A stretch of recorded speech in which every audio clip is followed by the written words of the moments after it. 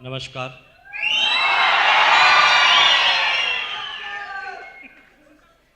नमस्कार। कैसे हैं आप? मैं पूछ रहा हूं कैसे हैं आप? झकास? बिंदास? Thank you. देखिए, सिर्फ इस पूरे हिंदुस्तान में जो पिछले 33 इयर्स से मैंने अपनी ज़िंदगी को जिया है, पिछले 6 साल और 4 महीने से आरसीएम बिजनेस को जिया है। ये तो सिर्फ आरसीएम के ही डिस्ट्रीब्यूटर हैं, वही रॉयल्टी अचीवर और टेक्निकल अचीवर है जिनसे पूछा जाता है कैसे हैं आप, तो बोलते हैं झकास, बिंदास, मज़ा आ रहा है, फाइन। लेकिन इस हॉल के बाहर चले जाइए, किसी भी आदमी को अचानक रोककर बोलना, इस कोल्हापुर में नहीं, हिंदुस्तान के एक एक स्टेट के रहने वाले एक एक व्यक्ति से 98% आदमियों से पूछना कि क्या हाल चाल है, तो इसका सही जवाब उसके पास नहीं है। जब उसे कहा जाता है कि क्या हाल चाल है, तो वो सिर्फ ऐसे हाथ हिलाता है, वो ही नहीं बोलता कि मजा आ रहा है। सुना आपने कभी? कोई नहीं बोलता मजा आ रहा है। ठीक है, चल रहा है, कोई कहता गुजर रहा है, कोई कहता कट रही है, कोई ये नहीं बोलता मजा आ रहा है ना?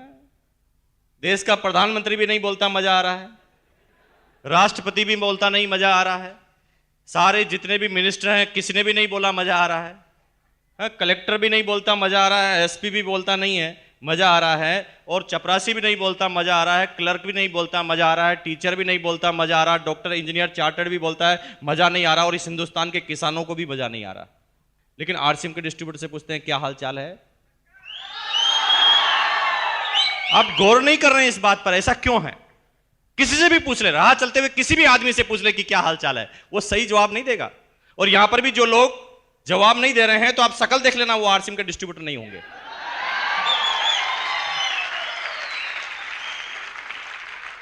कितनी अजीबो गरीब बात है ना।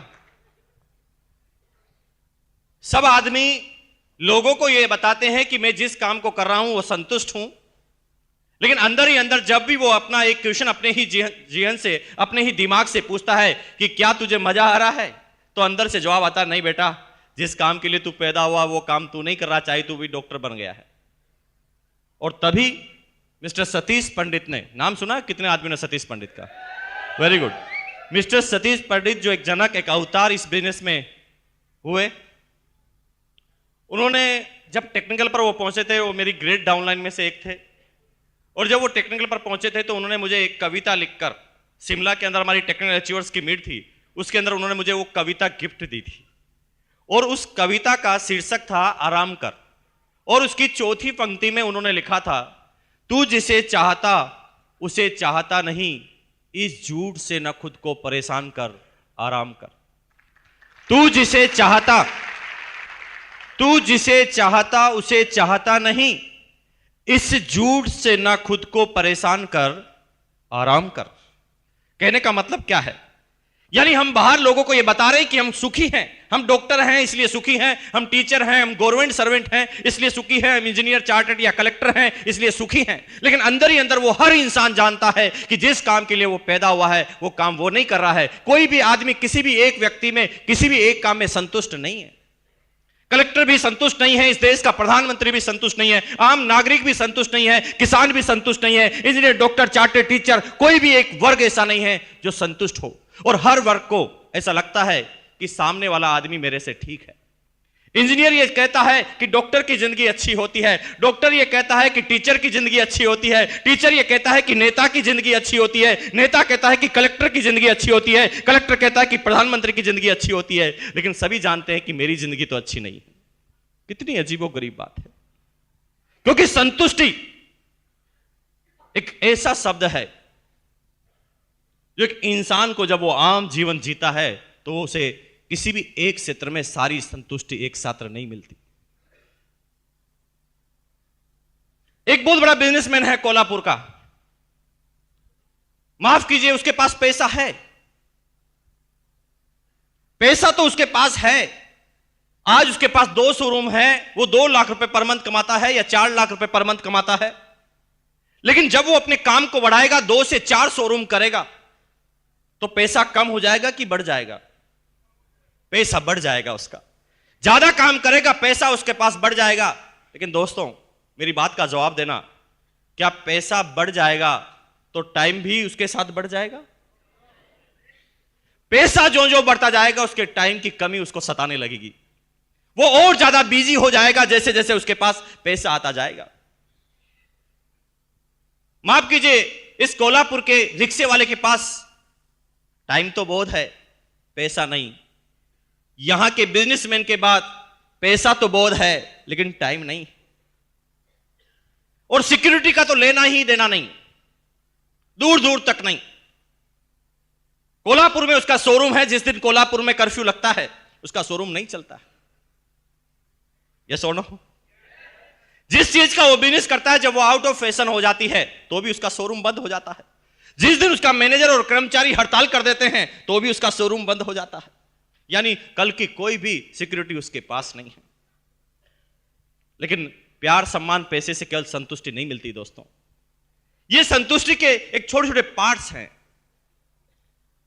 अगर ये सारी चीजों को एक साथ मिलाया जाए, प्यार, सम्मान, इज्जत, दौलत, शोहरत, सर्कल और सिक्योरिटी, तो कहीं जाकर बनती है संतुष्टि।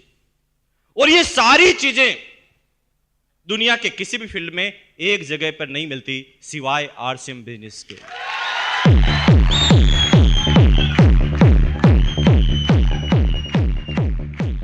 जब भी मैं कहीं किसी से पूछता था कि क्या हाल चाल है, कोई किसी का जवाब नहीं देता था। लेकिन आज ये लड़का जो आपके सामने खड़ा है, 244 रुपए से इस बिजनेस से सफर चालू किया था और आज 15.5 लाख रुपए से भी ज्यादा की इनकम इस बिजनेस से मेरे पास पर मंथ की आती है। लेकिन बात पैसों की नहीं है। मैं जानता हूं पैसा तो कोल्हापुर के कितने ही सेठ हैं जो मेरे से ज्यादा कमाते हैं। 6.25 साल पहले इस लड़के को जब एक स्कूटर खरीदना था ना, तो 4 आदमी से 1500 रुपए उधार लेने पड़े थे।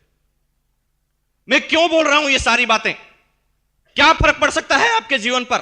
यस, मैं आज उसी की तरफ इशारा करने के लिए आया हूं। माफ कीजिए, आपके कोल्हापुर में बहुत सारे व्यापारी होंगे जिनके पास जो पैसा मेरे पास आता है उससे कहीं गुना ज्यादा महीने का पैसा वो कमाते होंगे। आई नो वेरी वेल, मैं जानता हूं अच्छी तरह से। लेकिन उसके पास पैसा तो बहुत है, लेकिन क्या मेरी तरह उसके पास समय है? क्वेश्चन पूछना एक दिन उससे जाकर कि भैया, मुकेश कोठारी 3 महीने के लिए स्विट्जरलैंड घूमने जा रहा है, क्या आप उसके साथ चलना पसंद करेंगे? वो कहेगा मरने की फुर्सत नहीं है, कौन से घूमने की बात कर रहे हैं आप? क्या अजीबोगरीब इत्तिफाक है। उसके पास पैसा तो बहुत है, लेकिन टाइम उसके पास बिल्कुल नहीं। लेकिन मेरे पास पैसों के साथ साथ टाइम भी पैदा हुआ। शुरू के 3 साल मैं मानता हूं कि मेरे पास टाइम नहीं था, क्योंकि सतीश पंडित ने उसी कविता की 6ठी लाइन में लिखा था, इश्क मांगे कदम कदम कुर्बानियां, कुछ देर के लिए कुछ लज्जतें कुर्बान कर आराम कर। इश्क मांगे कदम कदम कुर्बानियां। इश्क मतलब जो भी नया काम आप कर रहे हैं, नया काम जो आप करने जा रहे हैं, जिसमें आप सफल होना चाहते हैं, जिसमें आप नंबर 1 जाना चाहते हैं, जहां पर भी आप नया काम करेंगे वहां पर आपको कुर्बानियां देनी पड़ेगी। बिना कुर्बानियों के आप नंबर 1 तक नहीं जा सकते। मुझे पता है कि शुरुआती 3 साल में जब इस बिजनेस हमने और हमारी अपलाइन ने चालू किया, मैं महीने में 25-25 दिन अपने घर से बाहर रहा करता था। सिर्फ एक मिशन, एक जज्बा, एक जुनून मेरे अंदर था। समझने वाले नहीं थे मैं समझाने के लिए, लेकिन फिर भी तैयार था।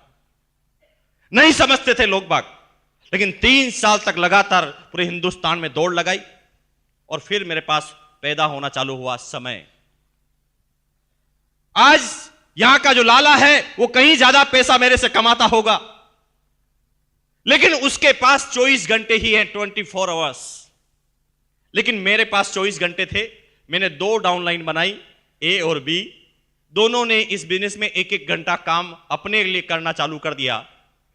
तो वो काम मेरे लिए भी तो हो गया। तो 24 और 2 मेरे पास कितने घंटे हो गए? 26। उसके पास 24 ही थे। यहां के लाला के पास जिंदगी भर 24 ही घंटे रहेंगे, मेरे पास हो गए 26। और तब इस घंटों की गणित को मैंने समझा और काम करना चालू किया। आज हिंदुस्तान में 60 लाख से ज्यादा डिस्ट्रीब्यूटर मेरी डाउनलाइन में है। 60 लाख, 60 लाख। अब थोड़ा अंदाज लगाना दोस्तों, थोड़ी गणित लगाना। 60 लाख आदमी आरसीएम बिजनेस में 1 मिनट भी सोचे, करे नहीं। करना में तो आदमी का हार्ट अटैक हो जाएगा। मैं करने की बात नहीं कर रहा हूं, मैं काम की नहीं बात कर रहा हूं। अगर 60 लाख आदमी आरसीएम बिजनेस के बारे में एक दिन में 1 मिनट भी सोचे तो मेरे पास एक दिन के 60 लाख मिनट हैं। क्या यहां के लाला के पास है? पूछना जाकर। नहीं है उसके पास। उसके पास टाइम की कमी है। जैसे जैसे वो अपने बिजनेस को बढ़ाता जाता है, टाइम उसके पास और कम होता जाता है। लेकिन मेरे पास उल्टा है। जो जो आरसीएम बिजनेस का टेक्निकल चोर आगे बढ़ता जाता है, उसके पास टाइम भी और ज्यादा पैदा होता जाता है। टाइम भी और ज्यादा पैदा होता जाता है। लेकिन माफ कीजिए, टाइम और पैसा तो एक स्मगलर के पास भी हो सकता है, एक तस्कर के पास भी हो सकता है। एक समय में वो बहुत सारा पैसा कमाकर फ्री हो जाए। लेकिन माफ कीजिए, तीसरी जो बड़ी चीज है वो है सिक्योरिटी।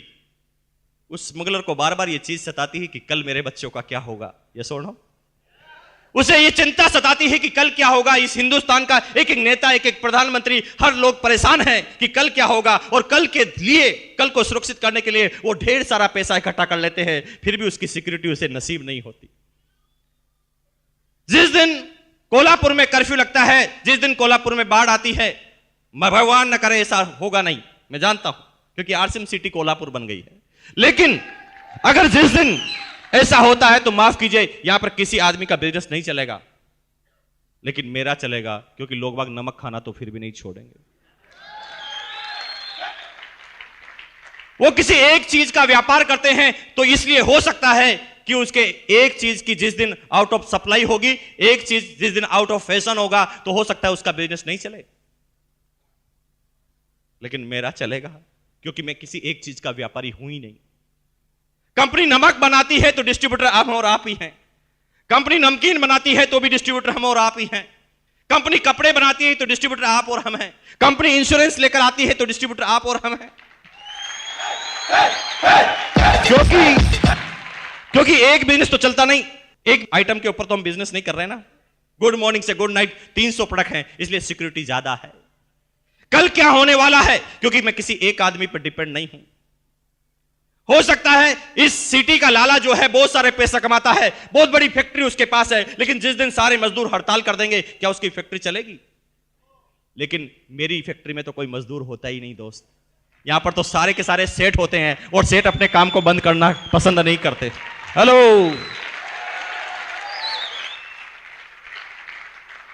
टाइम हो गया, पैसा हो गया, सिक्योरिटी हो गया, लेकिन टाइम, पैसे और सिक्योरिटी से क्या संतुष्टि मिल जाएगी? ना, नहीं मिल सकती। टाइम, पैसा और सिक्योरिटी के बाद अगर संतुष्टि मिलती तो टाटा बिरला को संतुष्ट हो जाना चाहिए, बिल गेट्स को भी संतुष्ट हो जाना चाहिए ना। नहीं है वो संतुष्ट, क्योंकि उसके बाद सबसे बड़ी भूख होती है, वो होती सम्मान की। मैं एक क्वेश्चन आपसे पूछता हूं, आप इस बिजनेस में आएंगे पैसों के लिए? यस और नो? पैसों के लिए इस बिजनेस में आएंगे। एक दिन ऐसा होगा कि आपके पास बहुत बड़ा पैसा आ जाएगा।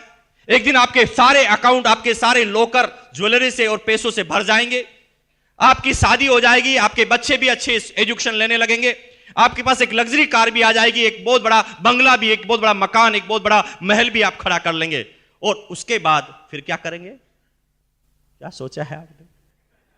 फिर यहां पर टाई टाई फिश हो जाता है। तो फिर ये सारी चीज तो आज भी है ना टाटा बिरला के पास, तो फिर वो संतुष्ट क्यों नहीं है? क्योंकि दोस्त, इन सारी चीजों के पास जिस चीज की जरूरत पड़ती है वो होती है सम्मान की, वो होता है इज्जत की।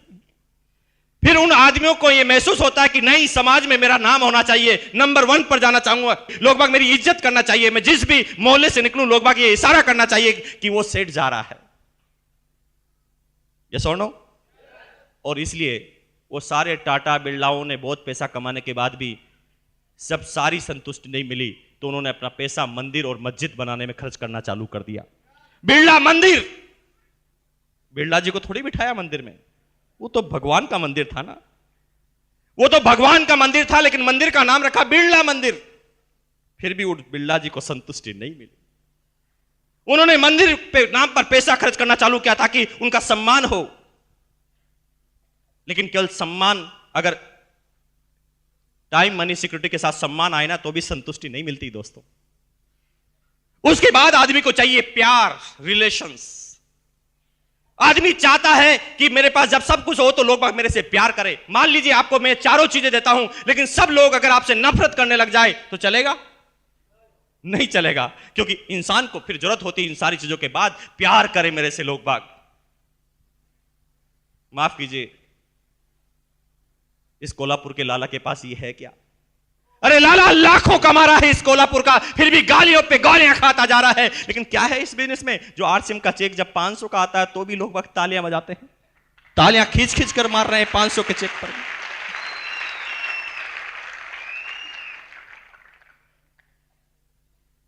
अरे कभी कभी तो समझ में नहीं आता कि रिएक्ट क्या करें। मेरा क्या रिलेशन है इस कोल्हापुर से और यहां पर मैं आया हूं? मेरे खानदान का कोई भी आदमी इस कोल्हापुर में पहले नहीं आया था, और नहीं मेरे पूरे समाज में कोई भी आदमी यहां पर पैदा हुआ था। फिर क्यों करते हैं आप मेरा सम्मान? क्यों देते हैं बुक्के? जब मैं सुबह आता हूं तो मुझे छुपना पड़ता है कि कहीं नजर नहीं पड़ जाए किसी की। लोग बाग प्यार के लिए उतावले रहते हैं, पता चल जाए तो ट्रेन को रोक दे।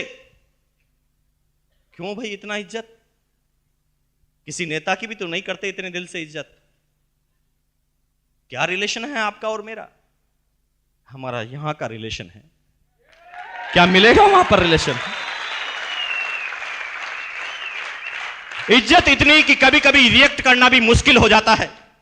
मेरी एज 33 साल की, एक 70 साल का, एक 75 साल का आदमी आता है, समझ में नहीं आता कि क्या करना चाहिए। उस समय आंखों में आंसू भर जाते हैं, रोने की इच्छा नहीं होती। समझ में नहीं आता कि ये आदमी ने जो किया है उसका रिएक्शन मैं क्या करूं। 75-80 साल का आदमी मेरे पैरों में जाकर गिर जाता है, समझ में नहीं आता कि मेरे दादाजी के बराबर आदमी मेरे पैरों में जाकर गिरा है, क्या करना चाहिए मुझे? क्यों है इतनी इज्जत? क्यों है इतना प्यार? लेकिन दोस्त, इज्जत प्यार भी हो जाए फिर भी संतुष्टि नहीं मिलती, क्योंकि फिर आदमी को चाहिए सर्कल। वो चाहे कि इज्जत तो उसके घर वाले तो करे, उसके परिवार वाले करे, उसके समाज वाले करे, लेकिन जब वो बाहर जाए तो क्या करे? जब उसे कोई काम करना हो तो सर्कल किस तरह से काम करे?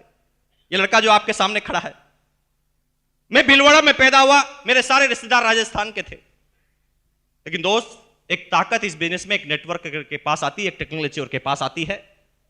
इस कोल्हापुर का कलेक्टर जो नहीं करवा सकता, आरसीएम बिजनेस का टेक्नोलॉजी और एक मिनटों में करवा सकता वो काम, मिनटों के अंदर।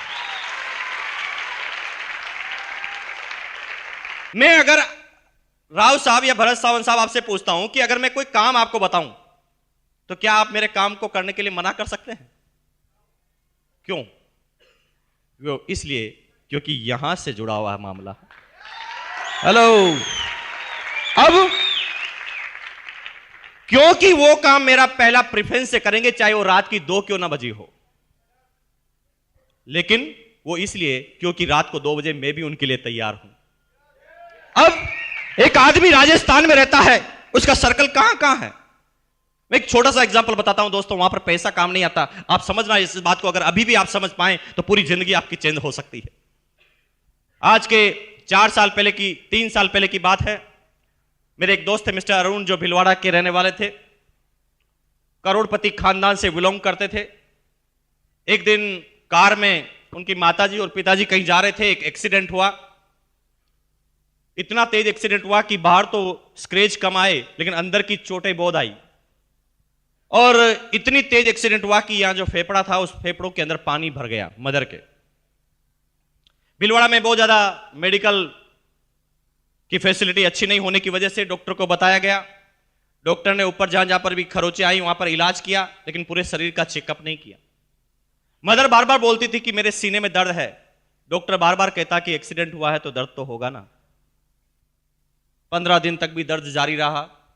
जब डॉक्टर को बात समझ में नहीं आई तो उन्होंने रेफर किया। पड़ोस का एक जगह है, डिस्ट्रिक्ट है उदयपुर, नाम सुना आपने? उदयपुर में रेफर किया, वहां पर मेडिकल थोड़ी इंप्रूव है। तो वहां के डॉक्टर ने जब चेकअप किया तो इमीडिएट बताया चेकअप के बाद कि आपके फेफड़ों में पानी भर चुका है और इसको भरे हुए 15 दिन हो चुके हैं, अगर ये 4 दिन में ऑपरेशन नहीं होता है तो हम नहीं बचा पाएंगे इनको। दोस्त के फादर पैसे वाले थे, उन्होंने कहा ओके कितना पैसा फेंकना है, मैं फेंकने के लिए तैयार हूं, आप ऑपरेशन कीजिए। तो उन्होंने कहा नहीं दोस्त, हमारे इंडिया में ये टेक्नोलॉजी उपलब्ध नहीं है। इंडिया में 2 ही स्पेशलिस्ट हैं जो इस चीज का इलाज कर सकते हैं, दोनों बाहर से रिटर्न आए हैं, एक है चेन्नई में और दूसरा है बॉम्बे में। दोनों डॉक्टरों से फटाफट एड्रेस लिया और दोनों डॉक्टरों से जब फटाफट संपर्क करने की कोशिश की, अपॉइंटमेंट लेने की कोशिश की, तो पता चला कि वो बहुत बिजी डॉक्टर हैं, कोई भी अर्जेंट पेशेंट को नहीं लेते। आज अगर आप उनसे अपॉइंटमेंट मांगे तो 4 महीने बाद का मिलता है, लेकिन ऑपरेशन करना था 4 दिन में। मेरे दोस्त के फादर इतने पैसे वाले थे कि वो उस एक ऑपरेशन पर 1 करोड़ रुपए भी खर्च कर सकते थे, लेकिन उनका पैसा अब काम नहीं आ रहा था। वो लाचार थे, पैसा उनके पास बहुत सारा था लेकिन अब काम नहीं हो पा रहा था। उस समय मेरा जाना वहां पर हुआ, मेरे पास भी कोई इलाज नहीं था, लेकिन जब मुझे पूरी बात उन्होंने बताई तो मैं भी परेशान हो गया कि क्या करना चाहिए, इसका क्या इलाज है। तो मेरे दिमाग ने अचानक थोड़ा सा काम करना चालू किया। मैं कंपनी में गया, आरसीएम बिजनेस क्योंकि भिलवाड़ा की कंपनी है, मैं कंपनी में गया। मैंने वहां के क्लर्क को एक आइडिया दिया, मैंने कहा भैया मेरी डाउनलाइन में जितने भी आदमियों के नाम के आगे DR लिखा हुआ है, डॉक्टर लिखा हुआ है, उसकी एक लिस्ट चाहिए मुझे। उन्होंने फटाफट एक प्रोग्राम लिखा, इंटर दबाया और सारे डॉक्टर की लिस्ट मेरे सामने आ गई। मैंने कहा ये बात में मैं एक्सपर्ट नहीं हूं, मैं कोई राय नहीं दे सकता, हो सकता है कोई डॉक्टर मुझे इस बात की राय दे पाए। पहले ही नंबर पर आया डॉक्टर दवे, हिम्मतनगर, गुजरात। उनका नाम सुनते ही मैं समझ गया उस आदमी को मैं जानता था। मैंने फटाफट डॉक्टर दवे को फोन लगाया। फोन लगाकर जब मैंने पूरी हिस्ट्री बताई, और हिस्ट्री बताने के बाद मैंने चेन्नई के जो डॉक्टर थे उनका नाम मुझे अब ठीक से याद नहीं है, मैंने उनका नाम बताया। उन्होंने आश्चर्य से कहा अरे वापस बोलना क्या नाम बताया आपने। मैंने जब वापस नाम बताया तो उन्होंने कहा ऐसा है कि इतना अर्जेंट मामला है तो मैं अहमदाबाद से मुंबई आता हूं, मुंबई से चेन्नई की फ्लाइट पकड़ता हूं और आप सीधे अपनी मदर को लेकर चेन्नई पहुंचिए। मैंने कहा डॉक्टर साहब इतने कॉन्फिडेंस से आप कैसे बोल सकते हैं, हम 10 बार बात कर चुके हैं, वो डॉक्टर बात करने तक के लिए तैयार नहीं होता, 4 महीने बाद की वो डेट देता है, वो कहता है कि अर्जेंट पेशेंट में लेता ही नहीं, आप इतना कॉन्फिडेंस से कैसे कह सकते हैं। वो कहते हैं भैया तुम इस बात की चिंता मत करो, तुम लेकर आओ, क्योंकि he is my class fellow, मुझे मना ही नहीं कर सकता हो। हेलो, यहां पर नहीं हो रहा था पैसों से काम, माफ कीजिए किसके पास पैसा है जो इसको काम को करवा पाए। एक इंसान को सच्ची संतुष्टि जब मिलती है जब ये सारी चीजें एक साथ एक फील्ड में अवेलेबल हो। माफ कीजिए इस दुनिया में तो अभी कोई ऐसा फील्ड पैदा नहीं हुआ जो प्यार, सम्मान, इज्जत, दौलत, शोहरत, सिक्योरिटी और सर्कल सारी चीजें एक साथ ला कर दे। वो सिर्फ मिलती है आरसीएम के टेक्निकल अचीवर को। वो सिर्फ एक व्यक्ति को मिलती है जो आरसीएम बिजनेस के टेक्निकल अचीवर को मिलती है। और इसीलिए जब उसे कहा जाता है कि क्या हाल चाल है आपके, तो कहता झकास, बिंदास, मजा आ रहा है। नहीं बोल पाता एक आम आदमी मजा आ रहा है, लेकिन एक आम आदमी से हटकर एक टेक्निकल अचीवर बनता है जब उसे कहता है कि मजा आ रहा है। मैं आज आपसे क्या बात करूं, किस विषय पर बात करूं, मेरी आज सही मायनों में कहें दोस्तों मेरी कोई तैयारी नहीं है। आप ही बता सकते हैं तो बता दीजिए कि किस विषय में बात कर लें। जिस विषय में कहोगे उसी विषय में चल पड़ेंगे दोस्तों। आपके जो भी विषय जिंदगी के छूटे हुए बता दो आज मुझे, क्योंकि आज मैं बड़ा खुश हूं और जो भी बात करेंगे ना वो यहां से करेंगे। अभी कुछ आदमी कहते हैं यार अब आ गए हो, अब कुछ बता ही दो, हिंट दे दो ताकि हम भी समझ जाएं। आप सब लोग चाह रहे हैं कि थोड़ा आरसीएम के बारे में बता दो और हमारे सामने जो हमारे साथ जो आदमी आए वो समझ जाए और आपके डिस्ट्रीब्यूटर बन जाए, है ना? यही तो चाहते हैं हम। बात करते हैं इसके बारे में, है ना? लेकिन आप चाहते जो हैं वो गलत चाहते हैं, वो सही नहीं चाहते। एक आदमी, हंसी मुझे तब आती है जब 6.25 साल से जब लगातार वो इस बिजनेस को चलते हुए देखता है, फिर भी कहता है कि थोड़ा हमें समझा दो। क्या समझाएं आपको? अरे समझाना उस दिन पड़ता था जब 4 आदमी भी सेमिनार में नहीं आते थे, इस पूरे बिजनेस में 4 डिस्ट्रीब्यूटर भी नहीं थे। अभी हिंदुस्तान में न तो कोई स्टेडियम है और हिंदुस्तान में नहीं कैसा एडिटोरियम है जहां पर आरसीएम की सेमिनार एक बार में की जा सके। एक डिस्ट्रीब्यूटर से कहानी चालू हुई, 60 लाख डिस्ट्रीब्यूटर तक ये कहानी पहुंच गई, फिर भी आप कहते हैं कि थोड़ा समझा दो, अभी समझ में नहीं आ रहा है। अरे समझाना उस समय पड़ता था ना जब आरसी बिजनेस का एक पेंट पीस आता था किट के अंदर, उस समय समझाना पड़ता था कि बिजनेस क्या है। आज गुड मॉर्निंग से गुड नाइट 300 से ज्यादा प्रोडक्ट है आपके पास, फिर भी आप कहते हैं कि थोड़ा हिंट तो दे दो। क्या समझाऊं आपको? अरे समझाना उस समय पड़ता था जब गुजरात में डिस्ट्रीब्यूटर बनाना था तो भिलवाड़ा से किट लेकर आनी पड़ती थी, क्योंकि पूरे हिंदुस्तान में आरसीएम का एक ही शोरूम राजस्थान में होता था। अब एक से कहानी चालू हुई, आज हिंदुस्तान में 10,000 हो गए, फिर भी आप कहते थोड़ा तो समझा दो, आ ही गए हैं तो समझा दो। क्या समझाऊं मैं आपको? 80 से ज्यादा डिपो हिंदुस्तान के सारे राज्य, 60 लाख डिस्ट्रीब्यूटर, एक प्रोडक्ट से कहानी चले गई 300 प्रोडक्ट के ऊपर। हिंदुस्तान में 40 से ज्यादा करोड़पति, 850 से ज्यादा टेक्निकल अचीवर, 3,500 से ज्यादा रॉयल्टी अचीवर, हजारों लाखों आदमी, हजारों रुपए पर मंथ कमाने वाले आदमी सारी बात जानते हैं, फिर भी कहते हैं थोड़ा तो बहुत समझा दो, आ गए हैं। क्या समझा दूं मैं आपको? अरे जिंदगी भर वो नमक खाते आए ना 9 रुपए किलो का, triple refined iodise ISI mark का साल्ट, नाम लेने की जरूरत नहीं है। जिंदगी भर वो 9 रुपए किलो का नमक खाते आए, अब वही नमक आपको 7 रुपए किलो में मिले triple refined iodise ISI mark के साथ, और 7 रुपए मिलने के बाद भी उसके बिजनेस वॉल्यूम का 41% वापस मिले, फिर भी आप कहते हैं थोड़ा तो समझा दो ना। क्या समझाऊं मैं आपको? क्या बाकी रह गया समझाने का? जिंदगी भर नहाते आए ना उस 13 रुपए के साबुन से, हीरोइन बोलती आई कि मेरे रूप का राज, मेरे गोरेपन का राज, उसका कुत्ता गोरा हो गया, हम तो नहीं हुए। हम तो उसी इंतजार में अभी बरसों से, जन्मों जन्मों से उस साबुन को लगाते आ रहे हैं, हम तो नहीं हुए ना गोरे। जिंदगी भर लौटते हुए आ गए वो आदमी आपको। अब वही साबुन 70% टीएफएम में 100 ग्राम में, पहले आप 13 रुपए का जिंदगी भर खरीदते आए, अब वही साबुन आपको 8.5 रुपए में मिले, और उसके बाद उसके बिजनेस वॉल्यूम का भी 41% वापस मिले, और आप कहते थोड़ा सा समझा दो। अब आए गए तो थोड़ा तो हिंट दे दो। अरे दोस्त, ये तो वही बात हो गई ना, सतीश पंडित अपनी टेप में नहीं बोलते थे, एक आदमी के पास ऐसा एक थैला था, उसने सामने वाले से कहा, भाई साहब मेरे पास जो ये थैला है, क्या आप ये बता सकते हैं कि इस थैले में क्या है? और अगर आप ये बता दें कि इस थैले में क्या है तो इस थैले में जितने भी केले हैं तुम्हें इनाम। कुछ लोगों को कल तक समझ में आ जाएगी।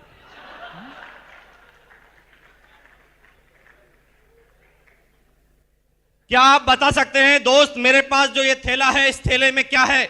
और अगर आप ये बता दें कि इस थैले में क्या है तो इस थैले में जितने भी केले हैं तुम्हें इनाम, और अगर तुम ये बता दो कि केले कितने हैं तो 12 के 12 इनाम।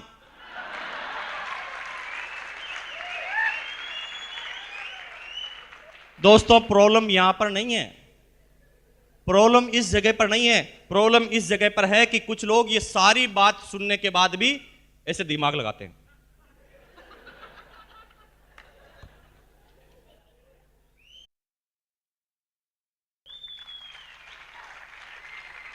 जिन लोगों ने सुना वो सारे के सारे रूबी और स्टार रूबी हैं, क्योंकि अभी ये बिजनेस चालू नहीं हुआ है। मैंने तरंग लाई, सफलता के 5 सूत्र, आरसीएम ही क्यों, टेक्निकल अवाहत में, हर टेप में एक ही बात का मैंने बार बार उल्लेख किया था। आपने अगर सुनी हो तो मैंने उसके अंदर बार बार कहा था कि गलतफहमी में मत रहना कि ये बिजनेस चालू हो गया है, अभी ये बिजनेस चालू नहीं हुआ है, अभी तो 2007 दिसंबर में चालू होने का इसका सही वक्त आएगा। तो आप सोच रहे होंगे कि अभी क्या हो रहा है। गलतफहमी में मत रहना कि अभी ये बिजनेस हो रहा है, अभी बिजनेस नहीं हो रहा है दोस्तों। अभी तो आर्थिक आजादी की सेना तैयार की जा रही है, और अभी सिर्फ सैनिकों की भर्ती चालू है, जनरल आदमी की भर्ती अभी इस बिजनेस ने चालू नहीं की है। अभी तो ये कंपनी FMCG प्रोडक्ट की कंपनी है, फास्ट मूविंग कंज्यूमर गुड्स। यह भी कंपनी सिर्फ फास्ट मूविंग कंज्यूमर गुड्स की है। और एक आप बहुत आश्चर्यजनक आंकड़ा आपको बताऊं क्या? पूरी दुनिया के टर्नओवर की बात की जाए तो एफएमसीजी का टर्नओवर मात्र 10% का होता है। यानी 90% वाले क्षेत्र में तो अभी आरसीएम बिजनेस ने कदम भी नहीं रखा है। एफएमसीजी जो खाना पीना कपड़ा जो आप कह रहे हैं ना, ये पूरी दुनिया के टर्नओवर का मात्र 10% है। यानी 90% टर्नओवर जो वाली चीजें हैं जिसके अंदर अभी इस कंपनी ने कदम भी नहीं रखा, जिसे कहते हैं सर्विसेज सेक्टर, जिसे कहते हैं सर्विसेज सेक्टर। बिजनेस की शुरुआत होने दो। अभी तो ये 6 साल का बच्चा है, अभी तो बच्चे का बचपना आपने देखा है, जवानी तो आने दो। अभी तो बचपना आपने देखा है, जवानी तो आने दो इस बिजनेस की। मेरे शब्दों पे ध्यान देना। जिसने भी आरसीएम का नाम सुन लिया है, सिर्फ एक बार सुन लिया है, आरसीएम का हर व्यक्ति जिसने भी नाम सुन लिया है उसे आरसीएम बिजनेस में आना मजबूरी है। मजबूरी का नाम लिया है मैंने, इच्छा का नाम नहीं लिया, मजबूरी है। क्योंकि आरसीएम बिजनेस अब बिजनेस नहीं रहा है, जीवन हो गया है और जीवन में आने से मना नहीं कर सकता। कोई भी आदमी यह कह सकता है कि मैं जिंदा नहीं रहूंगा, क्योंकि आरसीएम बिजनेस में आपको वही काम करने पड़ते हैं जो आप पहले ही करते हैं। अरे एक सिंगल काम ऐसा बताओ जो आरसीएम बिजनेस में आने से पहले आप नहीं करते थे, जो आरसीएम बिजनेस में करना पड़ता है। एक सिंगल मात्र तो काम बताओ। मेरी लाइन को समझ जाना। अगर मेरा बस चले ना दोस्तों, तो ये आरसीएम बिजनेस को मैं हटा दूं, बिजनेस वर्ड ही हटा दूं। ये तो बिजनेस इसलिए लिखा गया है क्योंकि भारत में आदमी पैसों के अलावा समझता नहीं है, पैसों की भाषा ही समझता है। इसलिए इस देश को आर्थिक आजादी दिलाने के लिए भी बिजनेस शब्द का ही उल्लेख किया गया है। अगर मेरा बस चले तो यहां पर आरसीएम बिजनेस नहीं, मैं आरसीएम जीवन कर दूं। यह आरसीएम जिंदगी है, यह आरसीएम बिजनेस जीवन है। मेरे एक शब्द को फिर समझ जाना, मैं 3 बार रिपीट कर चुका हूं। शायद यह हिंट आप ले जा रहे हैं कि नहीं ले जा रहे हैं, मुझे पता नहीं। हर उस आदमी को आरसीएम बिजनेस में आना पड़ेगा, ये उसकी मजबूरी है जिसने भी आरसीएम का नाम सुन लिया है। कुछ लोग जो थोड़ा सा भी दिमाग रखते हैं इस बिजनेस के प्लान को देखते ही समझ जाते हैं। कुछ लोग लोगों को चलते हुए देखकर समझ जाते हैं। कुछ लोग पड़ोसी के घर में जब कार आती है तो समझ जाते हैं। कुछ लोग पड़ोसी को जब 3 साल करते हुए देखते हैं तो समझ जाते हैं। कुछ लोग समझ जाते हैं, कुछ लोग समझा दिए जाते हैं। कुछ लोग मर्जी से समझ जाते हैं, कुछ लोग मजबूरी से समझ जाते हैं। हर आदमी को जिसने भी इस बिजनेस का नाम सुन लिया है उसे आना पड़ता है, क्योंकि आरसीएम बिजनेस नहीं जीवन है। जीवन में आने से कोई मना नहीं कर सकता। लेकिन क्यों होता है समय 1 साल 2 साल 3 साल 4 साल बाद क्यों एक आदमी को यह बात समझ में आती है? Now seminar is start. अब चालू हो रही है सेमिनार की बात। निकाल लीजिए अगर आपके पास पेन है, निकाल लीजिए आपके पास अगर डायरी है। समझ जाना, अगर ये 3 बातें समझ में आ गई, पूरी सेमिनार, पूरा बिजनेस और पूरी जिंदगी समझ में आ जाएगी। पूरी लाइफ, ना सिर्फ इस बिजनेस की बात कर रहे हैं, जिंदगी के हर क्षेत्र में। चाहे आप नेता हैं तो नेता में नंबर 1, बिजनेस करते हैं तो बिजनेस में नंबर 1, सर्विस करते हैं तो सर्विस में नंबर 1, आरसीएम करेंगे तो आरसीएम बिजनेस में नंबर 1, आप गृहिणी हैं तो गृहिणी में नंबर 1, और अगर आप अच्छे पति हैं तो पति में नंबर 1, पत्नी है तो पत्नी में नंबर 1, जिसमें भी जाएंगे उसमें नंबर 1। क्योंकि मैं बताने जा रहा हूं सफलता के 3 दुश्मन। नंबर 1, पहला ईगो, घमंड। ईगो, घमंड। नंबर 2 शर्म, शेम। नंबर 3 शंका, डाउट। ईगो, शर्म, शंका। ईगो, मुझे पता है इस हॉल में आज बहुत सारे ऐसे आदमी हैं जो पहली बार आए होंगे, और इस हॉल में इतनी तालियां बजने के बाद भी वो ताली नहीं बजा रहे हैं। पता है क्यों? सफलता का पहला दुश्मन उनकी जिंदगी में आ गया है, जो 95% आदमियों की जिंदगी में आ जाता है, एकदम सही समय पर एंट्री लेता है, जिसे कहते हैं ईगो। पता वो क्यों नहीं बजा रहा है? जानते हैं कि उसे अच्छा लग रहा है, उसे मजा आ रहा है, फिर भी वो ताली इसलिए नहीं बजा रहा है क्योंकि उसे जबरदस्ती पहली बार किडनैप करके लाया गया है। वो आना नहीं चाहता था, वो आने से पहले ही घर पर बार बार बोल रहा था, मुझे मत ले जा, मैं समझूंगा ही नहीं, मुझे समझना ही नहीं, मुझे करना ही नहीं, मुझे मत ले जा भैया, मैं नहीं समझूंगा। अब क्योंकि उसे समझ में भी आ रहा है, फिर भी वो ताली नहीं बजा रहा है क्योंकि पड़ोसी नहीं देख ले कहीं मैं समझ गया, है ना। अब उसके अंदर ईगो आ गया कि कहीं अब मैं समझ जाऊंगा तो लोग क्या कहेंगे, समझ गया। क्योंकि घर पे तो कह रहा था नहीं समझूंगा, और अभी समझ जाऊंगा तो मेरी इंसल्ट हो जाएगी। और इसे कहते हैं ईगो। ये होते हैं अदृश्य। और जब ईगो आदमी के जीवन में आता है तो आपके सामने से अपॉर्चुनिटी निकलती है, वो डांस करते हुए निकलती है और आप देखते ही रह जाते हैं, कुछ भी नहीं कर पाते। ईगो एक ऐसी चीज है जिससे नजर तो नहीं आती, लेकिन जीवन में उसका एक बहुत बड़ा असर आ जाता है। बहुत सारे आदमी को जब ये बिजनेस प्लान आप बताने की शुरुआत करते हैं, बहुत सारे आदमी शुरुआत से पहले ही आपको रोक देते हैं। आई नो वेरी वेल, मैं जानता हूं। जो ही आप बैग निकालते हो, कहते हैं नहीं कहना, नहीं आता, ऐसा बहुत सारे आते जाते, सुनेंगे नहीं आपकी बात। एक दिन एक आदमी मुझे भी मिल गया। जब ईगो आता है तो आदमी दूसरे वाले आदमी को नीचा गिराने की कोशिश करता है। जब ईगो आता है तो वो जिंदगी में सारे जो भावनाएं, उसके प्लस पॉइंट, उसके माइनस पॉइंट, सबको डब्बे में डाल देता है और सामने वाले आदमी को गिराने की कोशिश करता है कि कैसे भी ये आदमी मेरे से आज जीतना नहीं चाहिए। एक आदमी को जब मैंने प्लान बताना चालू किया तो उसने 15 मिनट तक तो मेरी बात ही सुनना चालू नहीं किया। उसने बक बक बक बक बक बक, मैं एक शब्द बोलूं वो 10 बोले। मैंने कहा भैया तू खाली हो जा पहले। जब वो खाली हुआ तो मैंने कहा मेरी बात भी 2 मिनट सुन ले, तेरी 10 मिनट सुनी। तो मैंने जब ऐसा कहा तो उसने कहा ठीक है सुनाओ। जब मैंने सुनाना चालू किया और मैंने बार बार उनसे क्वेश्चन पूछे तो उस हर क्वेश्चन का आंसर यस यस यस वो करता गया। और कुछ समय बाद उसे ये बिजनेस प्लान समझ में आ गया। मैं जानता हूं कि उसे ये बिजनेस प्लान समझ में आ गया, लेकिन आ गया ईगो, क्योंकि पहले उसने मना कर दिया। अब क्योंकि पहले उसने मना कर दिया तो अब उसके समझना ईगो सामने आया। अब वो मुझे गिराने के लिए, अब मुझे वो नीचा दिखाने के लिए कुछ भी करने के लिए तैयार था। उसने कहा भैया ठीक है, मान लिया कि आपकी कंपनी अच्छी है, बढ़िया है, इनकम आती है, सब कुछ अच्छा है, लेकिन आपके साबुन पर आईएसआई मार्क क्यों नहीं है?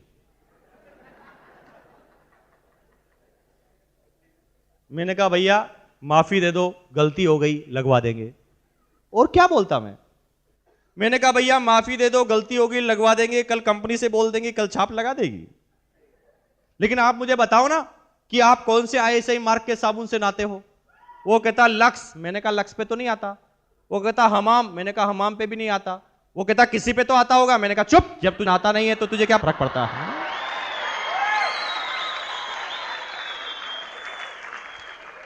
जब ईगो आता है तो आदमी कुछ भी पूछता है, हर कुछ वो प्रेस्टीज इश्यू बना लेता है और वो नीचे गिराने के लिए आदमी को कुछ भी करने के लिए तैयार हो जाता है। एक आदमी ने मुझे कहा भाई साहब आपकी कंपनी क्या रजिस्टर्ड कंपनी है? मैंने कहा भैया किसमें करवाएं? भाई किसमें रजिस्टर्ड करवाएं, तू ही बता दे।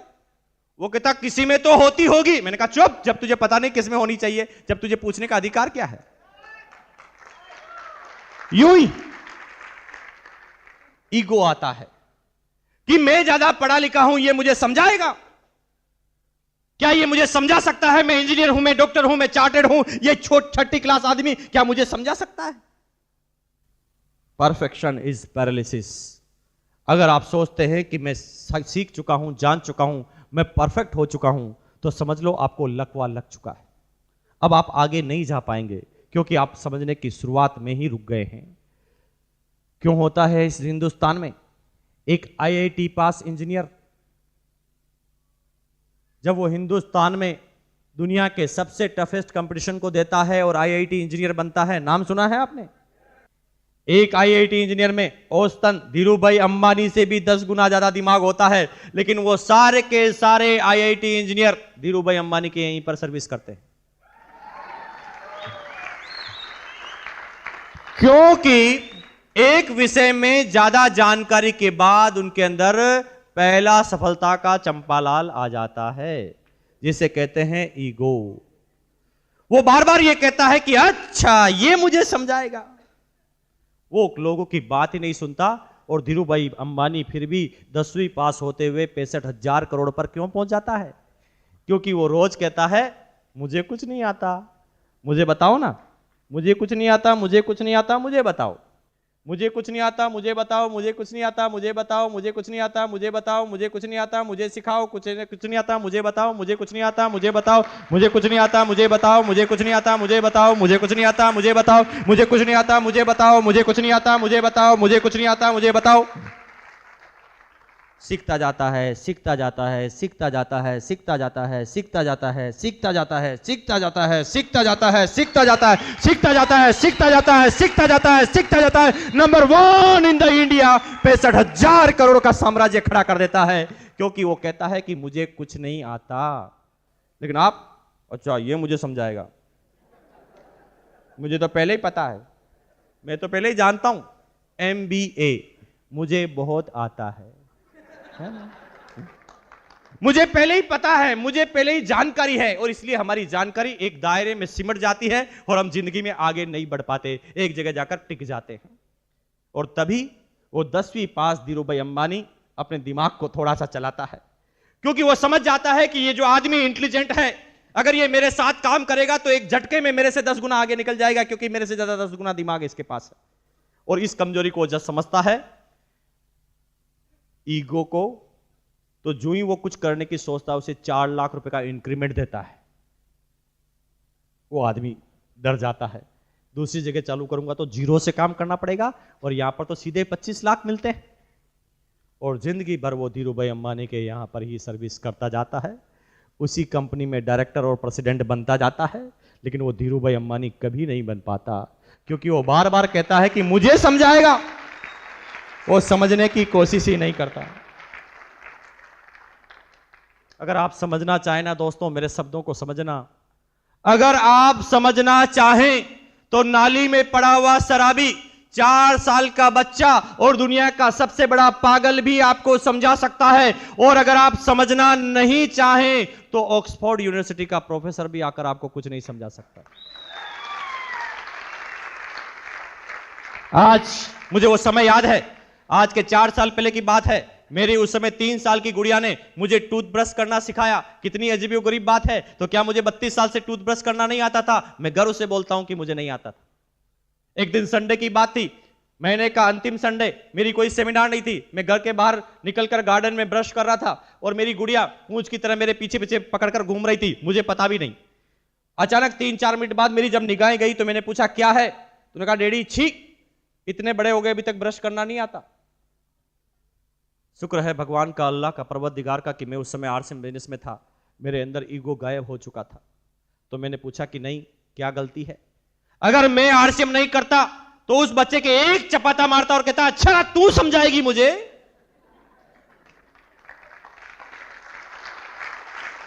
मैंने उससे कहा क्या गलती है? तो उन्होंने कहा डैडी इतने बड़े हो गए अभी तक समझ में नहीं आती।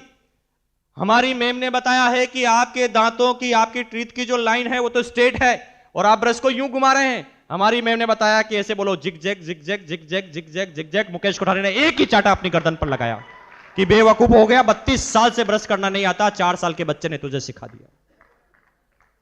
गलत फहमी में मत रहना दोस्तों। सीखना चाहें तो 2 साल का बच्चा, 4 साल का बच्चा, नाली में पड़ा हुआ शराबी और दुनिया का सबसे बड़ा पागल भी समझा सकता है।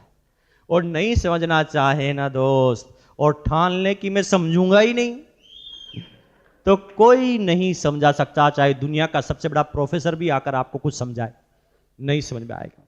ईगो, अगर जिंदगी में कामयाब होना चाहते हैं तो आज ईगो को यहां पर रख के जाना। मैं ये नहीं कहता कि आरसीएम बिजनेस करना, मैं ये नहीं कहता कि इस बिजनेस का काम करना। अगर आप टीचर हैं तो टीचर में ईगो को त्याग देना, अगर आप बिजनेसमैन हैं तो बिजनेस में ईगो को त्याग देना, आप पति हैं तो पति का ईगो त्याग देना, अगर आप पत्नी हैं तो ईगो को त्याग देना, अगर आप बिजनेसमैन हैं तो ईगो को त्याग देना, आप दुनिया के किसी भी क्षेत्र में है ईगो को त्याग देना। क्योंकि जब ईगो आता है तो अदृश्य आता है, आपके सामने डांस करता हुआ निकलता है और आपके सामने अपॉर्चुनिटी चले जाती है साइड में, और फिर आपकी जिंदगी में आता है काश, काश ये जमीन 5 रुपए गज में मिल रही थी, ले लेता तो करोड़पति होता, किसी ने रोका ले लेते, जिसने ली वो तो करोड़पति हो गया है। नंबर 2, शर्म। अपने काम में शर्म। और कहते हैं ना दोस्त, जब किसी इंसान को अपने ही काम में शर्म आना चालू हो जाती है ना, तो समझ लो ये दुनिया का सबसे बड़ा दूसरा नंबर का दुश्मन है। जो भी आदमी अपने काम से शर्म करते हैं वो कहीं पर नहीं जाते, क्योंकि कामयाबी का पहला ही मंत्र है, वो है जब तक दुनिया ये नहीं कह दे कि बंदा ये बिंदास है, तब तक आप कामयाब नहीं होंगे, चाहे आप किसी भी क्षेत्र में हैं। जब लोग बाग ये कहने लग जाए कि बंदा ये बिंदास है, अपने काम से शर्म नहीं आती, तो आप भी कामयाब हो जाएंगे। 95% आदमियों को काम करने से पहले शर्म आती। मैं डॉक्टर हूं, लोग क्या कहेंगे, 8 रुपए का साबुन बेच रहा है। मैं तो बिजनेसमैन हूं, क्या ये मैं 1500 रुपए का छोटा सा बिजनेस करूंगा। मैं ये हूं, मैं वो हूं, और अपने काम से शर्म आती है। और उसका छोटा भाई काम करते करते मर्सिडीज कार लेकर आता है, फिर बात समझ में आती है। आई ना कुछ लोगों को 2 साल बाद, 5 साल बाद भी आती कुछ लोगों को। मेरे दोस्तों को भी 5-6 साल बाद समझ में आई। वो कहते हैं मैं दुश्मन हूं, तूने मुझे पहले क्यों नहीं बताया।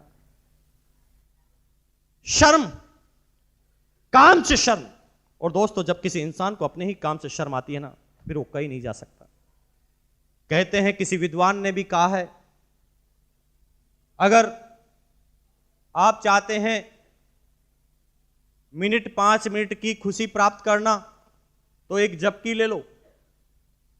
अगर आप चाहते हैं कि 3 घंटे की खुशी लेना, तो एक फिल्म देखने चले जाओ। अगर आप चाहते हैं कि 1 दिन की खुशी प्राप्त करना, तो पिकनिक पर चले जाओ। अगर आप चाहते हैं 7 दिन की खुशी प्राप्त करना, तो हनीमून पर चले जाओ। अगर आप चाहते हैं कि 3 महीने की खुशी लेना, तो शादी कर लो। अगर आप चाहते हैं कि 1 साल की खुशी, 2 साल की खुशी मिले, तो खूब सारा पैसा कमा लो। लेकिन अगर आप चाहते हैं कि जिंदगी भर खुशी चाहिए, तो अपने काम से प्यार कर लो। अपने काम से अगर आपको प्यार हो गया, तो किसी खुशी की तलाश में आपको नहीं जाना पड़ेगा। अगर आप अपने काम से प्यार कर लेते हैं, तो कभी आपको किसी खुशी की तलाश में नहीं जाना पड़ेगा। दोस्त, जो भी शर्म को त्यागा है, वो सब नंबर 1 पर गए हैं। लेकिन 98% आदमी नहीं त्याग पाते अपनी शर्म को। धीरू भाई अंबानी को अपने जीवन की शुरुआत पेट्रोल पंप पर सर्विस करते हुए शर्म नहीं आई। कर डाली उसने पेट्रोल पंप पर सर्विस, भर डाला पेट्रोल, और बना दी दुनिया की सबसे बड़ी रिफाइनरी। अमिताभ बच्चन को लावर इस फिल्म की शूटिंग में अचानक डायरेक्टर ने बोला कि भैया लड़की के कपड़े पहन के डांस करना पड़ेगा इस डांस में। बंदा वो बिंदास था, फटाफट लड़की के कपड़े पहने और गा दिया मेरे अंगने में, सुपर डुपर हिट। वो अपने काम से प्यार करता था। अपने काम से प्यार करने की वजह से वो क्षेत्र में वो नंबर 1 पर गया। तभी राव साहब बार बार बोलते हैं, अरे दोस्त, इस देश में कामयाब व्यक्ति टाटा आज भी नमक का व्यापार करते हुए शर्म नहीं करता। बाटा आज भी जूतों का व्यापार करते हुए शर्म नहीं करता। अंबानी अभी आम और सब्जियों का व्यापार करते हुए भी शर्म नहीं कर रहा है। तो आप किस खेत की मूली हैं दोस्त, जो आपको शर्म आ रही है।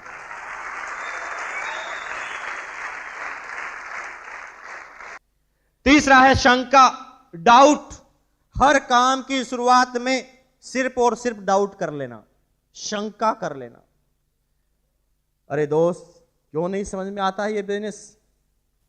1500 रुपए में 3 जोड़ी कपड़े। जिंदगी भर कपड़े खरीदते आए हैं लाला की दुकान से।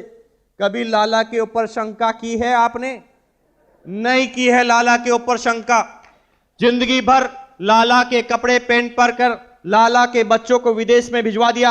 लाला के घर पर मर्सिडीज कार आ गई। लाला ने बड़ा बंगला ले लिया। लाला की पत्नी पूरा ज्वेलरी बॉक्स का सारा ज्वेलरी पहन लेती है। क्यों हुआ इन सालों में? क्योंकि कभी हमने लाला पे शंका नहीं की। लेकिन इस बिजनेस में 1500 रुपए कपड़े मिलने के बाद करोड़पति बनने का लाइसेंस मिलता है, और उसके ऊपर 2 लाख का एक्सीडेंटल इंश्योरेंस मिलता है, और सारे प्रोडक्ट की डीलरशिप मिलती है। फिर भी यह बात समझ में नहीं आती, क्योंकि बात इजी होती है तो शंका हो जाती है।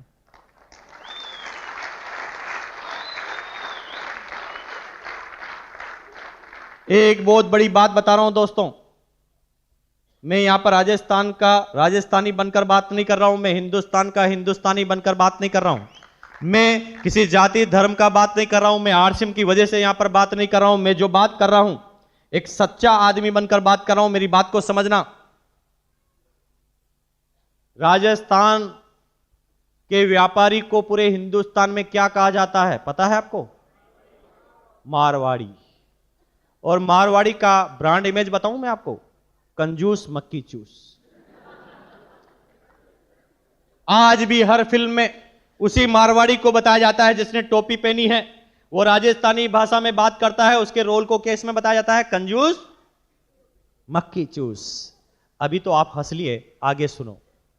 उसे कहा जाता है कंजूस मक्की चूस। जिस आदमी को कहा जाता है कंजूस मक्की चूस, आज पूरे हिंदुस्तान की अर्थव्यवस्था की बात करें ना, तो 50% से ज्यादा अर्थव्यवस्था सिर्फ मारवाड़ियों के हाथ में है। बिरला, बांगड़, बजाज, जेके, सिंगानिया, मित्तल, जिस भी ग्रुप का नाम आप ले लेंगे वो राजस्थानी होगा। क्यों? जिस आदमी को कहा जाता है कंजूस मक्की चूस, पूरे हिंदुस्तान की अर्थव्यवस्था एक राज्य के लोगों के पास, क्योंकि उनके पास एक जन्मजात गुण था जो लगभग 95% हिंदुस्तानियों में नहीं पाया जाता। अभी तो राजस्थानियों में भी नहीं पाया जाता। वो बिजनेसमैन उस समय जब भी किसी आदमी के साथ व्यापार करते थे, जब भी किसी आदमी के साथ बिजनेस करते थे, तो बिजनेस करने से पहले अपने ही दिमाग से एक क्वेश्चन पूछते थे, बता दिमाग, मैं जो इस आदमी के साथ बिजनेस करने जा रहा हूं, इससे मेरा क्या फायदा होगा? वो सिर्फ एक लाइन पूछते थे कि मेरा फायदा क्या होगा। लेकिन दुनिया ये पूछती है कि मेरा फायदा छोड़ो, इसका क्या फायदा होगा?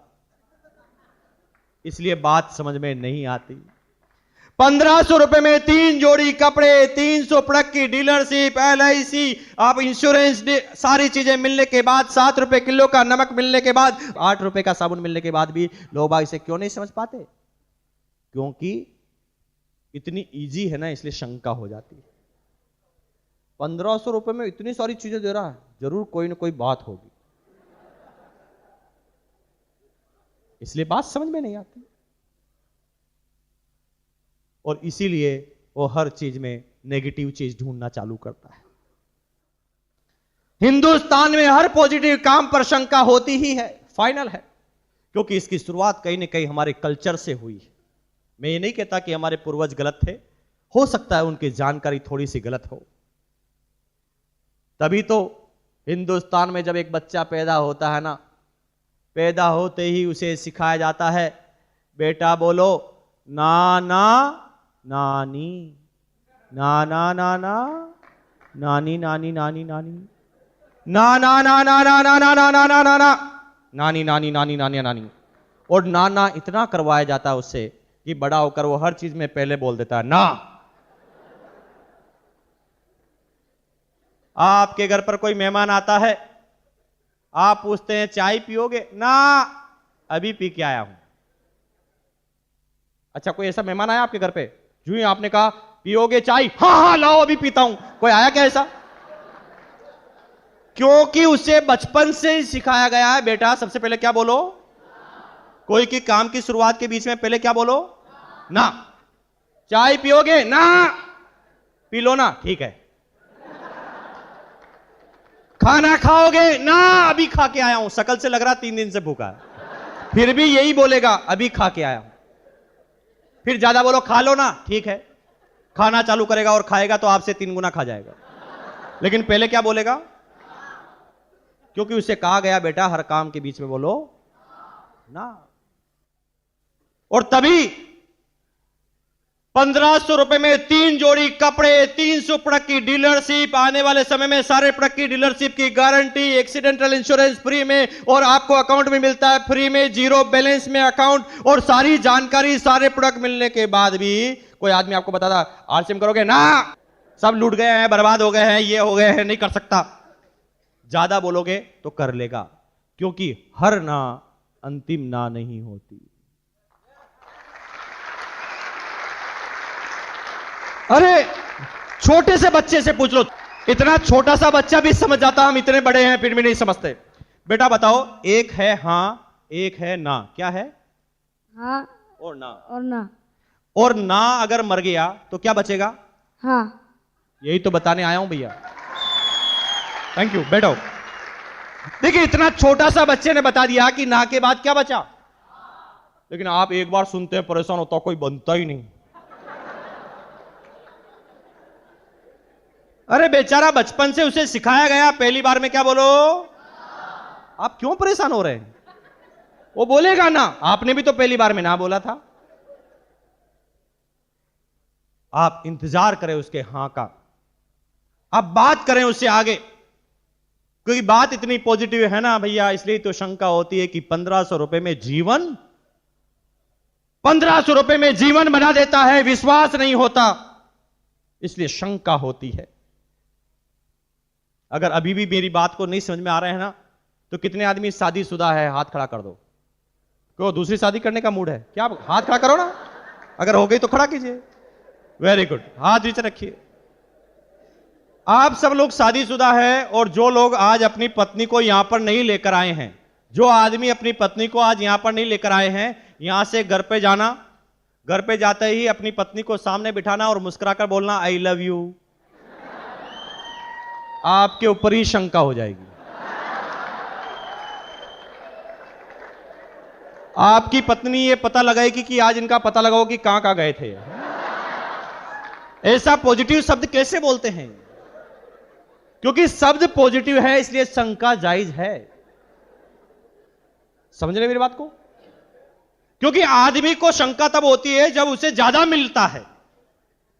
मुझे पता है, आज के 3 साल पहले मैं स्लीपर क्लास में सफर करता था, और मैं स्लीपर क्लास में सफर इसलिए करता था क्योंकि मेरी और ग्रोइंग स्टेज थी, और मुझे पता था कि मेरे जैसे आदमी स्लीपर क्लास में ही मिल सकते हैं ट्रेन के अंदर। तो मैं 3 साल पहले की बात है, स्लीपर क्लास में विंडो के नजदीक बैठा हुआ था, एक भिखारी किसी स्टेशन पर आया। देखिए, हिंदुस्तान का भिखारी ऊपर नहीं चढ़ता, नीचे की तरफ गिरता जाता है। मुझे क्या बोलता है पता है? आते ही, सर प्लीज, सर प्लीज 1 रुपया देंगे। मैं उसकी तरफ देख के मुस्कुराया। उसने कहा 8 आने तो दे दे। अब वो औकात में भी गिरता जा रहा है, पैसे में भी गिरता जा रहा है। जब मैं उसकी तरफ देख के और मुस्कुराया तो उसने कहा 54 की भी औकात नहीं क्या तेरी? मैंने कहा यार अजीब मामला है, गिरता ही जा रहा है, गिरता ही जा रहा, कोई हद ही नहीं। मैंने अचानक जेब में हाथ डाला, 500 का नोट निकाला, मैंने कहा ले, वो भाग गया। उसने कहा इसका क्या फायदा है? अरे तेरे को 500 से मतलब है कि मेरे फायदे से मतलब है? और 90% आदमियों को यह बात इसलिए नहीं समझ में आती कि इसका क्या फायदा है, और इसलिए बिजनेस समझ में नहीं आता। और यह सफलता के जब 3 दुश्मन किसी की जिंदगी में आते हैं,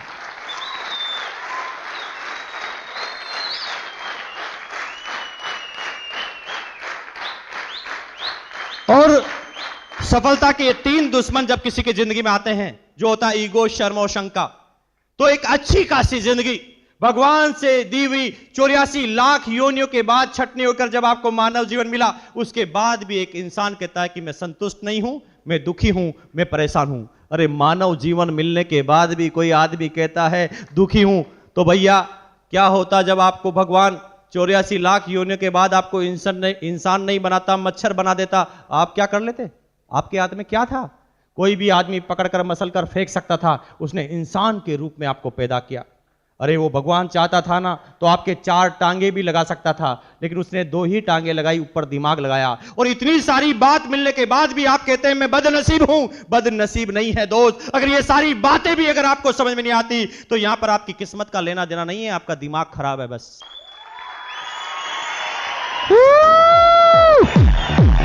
हेलो